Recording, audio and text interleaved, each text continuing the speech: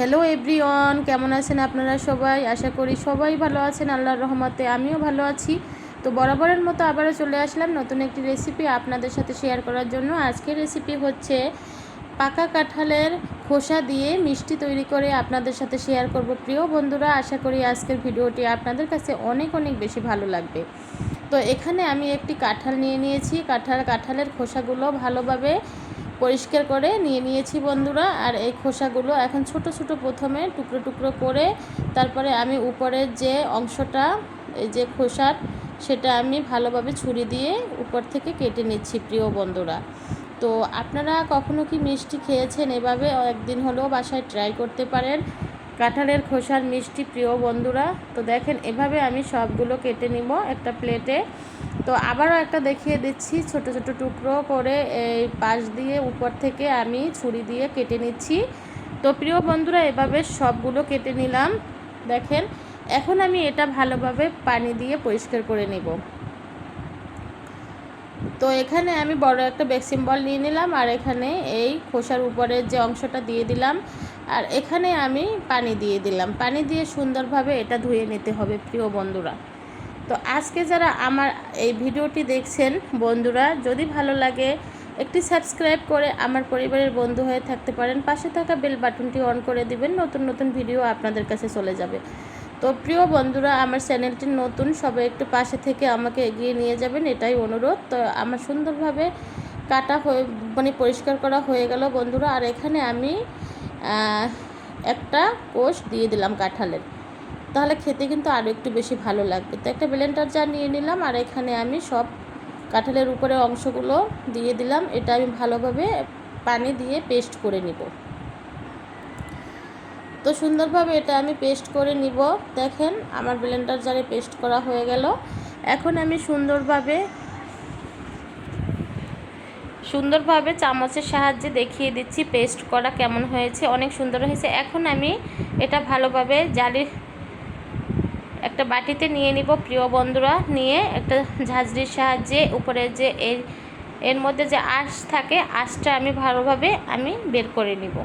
দেখেন, এটা ঝাঁঝরির উপর নিয়ে সুন্দরভাবে আমি এটা নাড়িয়ে চাড়িয়ে আমি আঁশগুলো আলাদা করব এবং এটা লিকুইডটা আলাদা করব। তো প্রিয় বন্ধুরা, দেখেন সুন্দরভাবে আমি লিকুইডটা আলাদা করে নিয়েছি, এর মধ্যে কোনো আঁশ নেই। তো এখন সুন্দরভাবে এখানে আমি কর্নফ্লাওয়ার নিয়ে নিলাম, 2 চামচ কর্নফ্লাওয়ার। এখানে আমি ভালোভাবে পানির সাথে এটা গুলে নিলাম। আর এই কর্নফ্লাওয়ারটা গুলে তারপরে আমি এর মধ্যে দিয়ে দিলাম, বেটারের মধ্যে দিয়ে সুন্দরভাবে চামচ দিয়ে নাড়িয়ে চাড়িয়ে নিচ্ছি বন্ধুরা। তো দেখেন, রেডি হয়ে গেল। এখন এর মধ্যে আমি আরও কিছু উপকরণ দেব। তো এখানে আমি দিয়ে দিচ্ছি 1 চামচ পরিমাণ চিনিটা দেওয়ার পরে এখানে আমি দুধ দিয়ে দেব, 1 চামচ পরিমাণ পাউডার দুধ দিয়ে সুন্দরভাবে এটা লিকুইডের সাথে সুন্দরভাবে এটা আমি গুলে নিলাম। আর এখানে আমি দিয়ে দেবো একটু ফুড কালার, তাহলে কালারটা, মিষ্টির কালারটা দেখতে অনেক সুন্দর দেখাবে। তো এখানে আমি ফুড কালারটা দিয়ে দিলাম বন্ধুরা। ফুড কালারটা দিয়ে আবারও চামচ দিয়ে মিক্সড করে নিব। তো এখানে সুন্দরভাবে মিক্সড করে নিয়ে তারপরে নাড়িয়ে চাড়িয়ে রেডি করে নিলাম। এখন প্যান বসিয়ে দিলাম চুলায়। প্যান বসিয়ে এখন এর মধ্যে আমি দিয়ে দিচ্ছি সব লিকুইড অংশটা, এই যে বেটারটা দিয়ে দিলাম। বেটারটা দিয়ে এখানে আমি জাল করে নিব 10 মিনিটের মতো। 10 মিনিট জাল করে একদম ঘন করে নিব। সুন্দরভাবে আমি এটা দেখেন ফুটে উঠেছে। এখন স্লো আছে, এটা ভালোভাবে ঘন করে নিব, নিচে লেগে না যায়। অবশ্যই খেয়াল রাখতে হবে প্রিয় বন্ধুরা। আর প্রিয় বন্ধুরা, যারা যারা আমার ভিডিও জুড়ে আছেন এখন পর্যন্ত কিন্তু লাইক দিতে ভুলে গেছেন, অবশ্যই একটি লাইক দিয়ে আমার ভিডিওটি শেষ পর্যন্ত দেখে দিবেন প্লিজ বন্ধুরা। আপনাদের জন্যই কিন্তু আগানো, আপনারা যদি পাশে না থাকেন একদমই আগানো সম্ভব না। রেডি হয়ে গেল, দেখেন আমার বেটার একদম ঘন হয়ে গেছে। এখন আমি একটা প্লেট নিয়ে নিলাম, স্টিলের প্লেট। আর এখানে আমি তেল দিয়ে দিলাম। তেল দিয়ে সুন্দরভাবে চারপাশে আমি লাগিয়ে দিছি। এখানে আপনারা ঘি ব্যবহার করতে পারেন।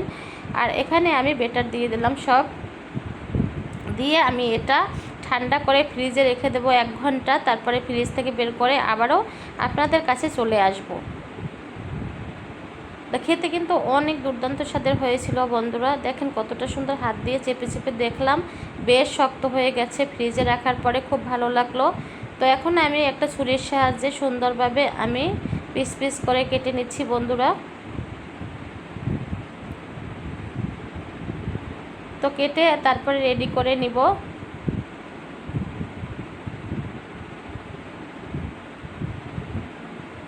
একটা চামচ দিয়ে একটা মিষ্টি উঠিয়ে দেখাচ্ছি, আর এটা কিন্তু মুখে দিলেই মিলিয়ে যায়, খেতে কিন্তু চমৎকার হয়েছে প্রিয় বন্ধুরা। আর যারা যারা অবশ্যই আমার সাথে আছেন অবশ্যই কমেন্টে করবেন আমার রেসিপিটি কেমন হয়েছে। আজ এ পর্যন্তই, সবাই ভালো থাকবেন, শুভকামনা, আল্লাহ হাফেজ।